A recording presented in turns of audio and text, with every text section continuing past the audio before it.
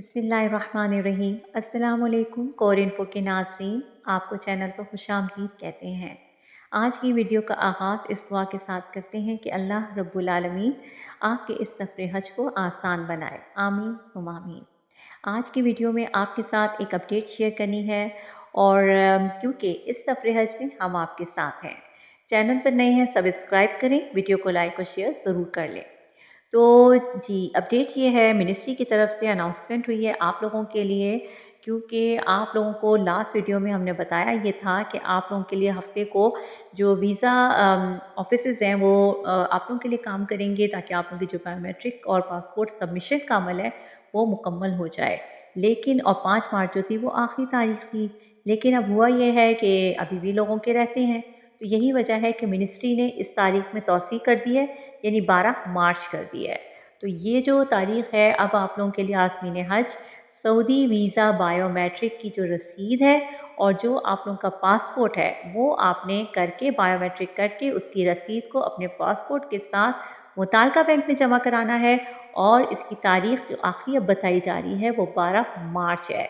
तो मिनिस्ट्री की तरफ से ये एक खुशाइंद इक़दाम है, आप लोगों को मज़ीद सहूलत प्रोवाइड की गई है कि अगर आप लोगों को नहीं हो रहा तो आप लोग परेशान बिल्कुल मत हों और इस सहूलत से फ़ायदा उठाएं और अपनी बायोमेट्रिक मुकम्मल करके अपनी बायोमेट्रिक की रसीद को पासपोर्ट के साथ लगा के अपने मुताल्लिका बैंक में जमा करवा दें। तो ये अपडेट थी जो आप लोगों के साथ शेयर करनी थी।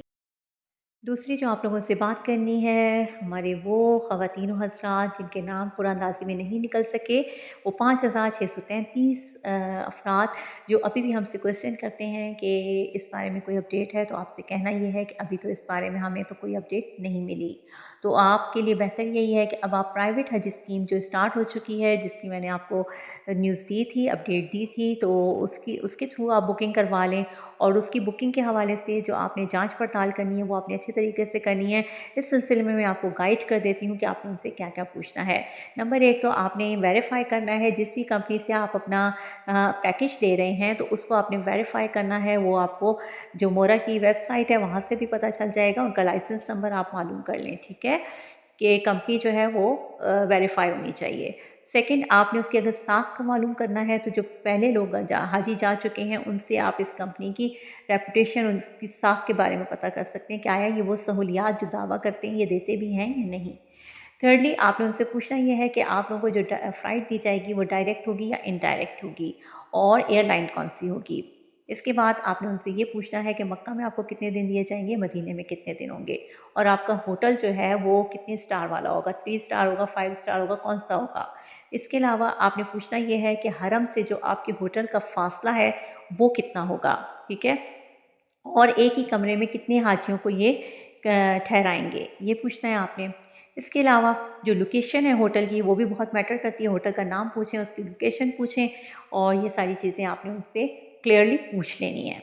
इसके अलावा आपने उनसे ये पूछना है कि आपको अजीज़िया में कितने दिन हज के अलावा गुजारने हैं, और खाने में आपको कौन सी डिशेस दी जाएंगी और कितनी दी जाएंगी, और कितने टाइम का आपको खाना दस्तयाब होगा और उनका मेयार क्या होगा, ये पूछेंगे आप। इसके अलावा आपने पूछना है कि जो शटल सर्विस है जो हरम के लिए, तो वो दिन में कितनी दफ़ा चलेगी और आप लोगों को ज़ियारत के लिए कहाँ कहाँ लेकर जाएंगे, ये आपने पूछना है। इसके अलावा एक रूम में कितने अफराद होंगे और एक बाथरूम जो है वो कितने अफराद के लिए होगा, ये भी आपने पूछना है। इसके अलावा आपने पूछना है कि मकतब नंबर क्या है, मिना में या न्यू मिना में है, और जमरात से कितना दूर है, ठीक है।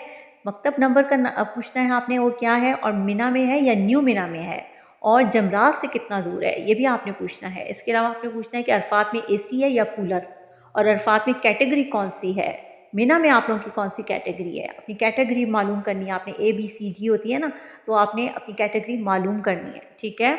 इसके अलावा आपने पूछना यह है क्या हरम के करीब होटल अजीज़िया की रिहाइश का मिना के खैमे और अरफात के खैमे की बिल्कुल दुरुस्त लोकेशन गूगल पर मौजूद है, ये बात आप उनसे पूछ लें। इसके अलावा कुर्बानी पैकेज के हवाले से आप पूछें कि वो शामिल है या नहीं, और अगर है तो इसका क्या तरीक़ाकार होगा, और क्या हम भी ग्रुप के साथ कुर्बानी होते देख सकते हैं, ये भी क्लियर कर लें।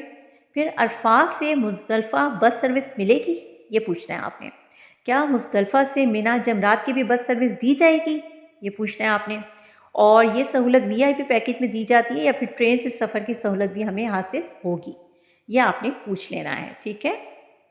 इसके अलावा आपने पूछना है कि कोई मुस्तनद आलम साहब ग्रुप के साथ मौजूद होंगे, क्या कोई खातून आलमा भी साथ होंगी, ये भी आप पूछ सकते हैं। ये ज़ायरीन का आप लोगों का ये हक़ है कि आप ये तमाम मालूमात हासिल करें और फिर दूसरे पैकेजेस से मवाज़ना करके अपना पैकेज जो है वो फ़ाइनल कर लें। तो ज़ाहिर है कि आप लोगों को तो ये बातें नहीं पता, तो इसी वजह से आप लोगों को ये बातें बताई गई हैं कि आप पहले से जो भी मामलात हैं वो अपने उनके साथ तय करें और मालूमात हासिल करने के बाद अपना पैकेज सेलेक्ट करें और उसके बाद जो है ताकि आप जो है वो बिल्कुल बेफ़िक्र होकर अपनी इबादत और अपने हज की तरफ जो है वो उसकी तैयारी कर सकें, ठीक है। तो ये थी आज की वीडियो। उम्मीद करती हूँ आपको पसंद आई होगी। वीडियो को लाइक और शेयर करें और चैनल को सब्सक्राइब करें और नई वीडियो आने तक अल्लाह हाफ़िज़।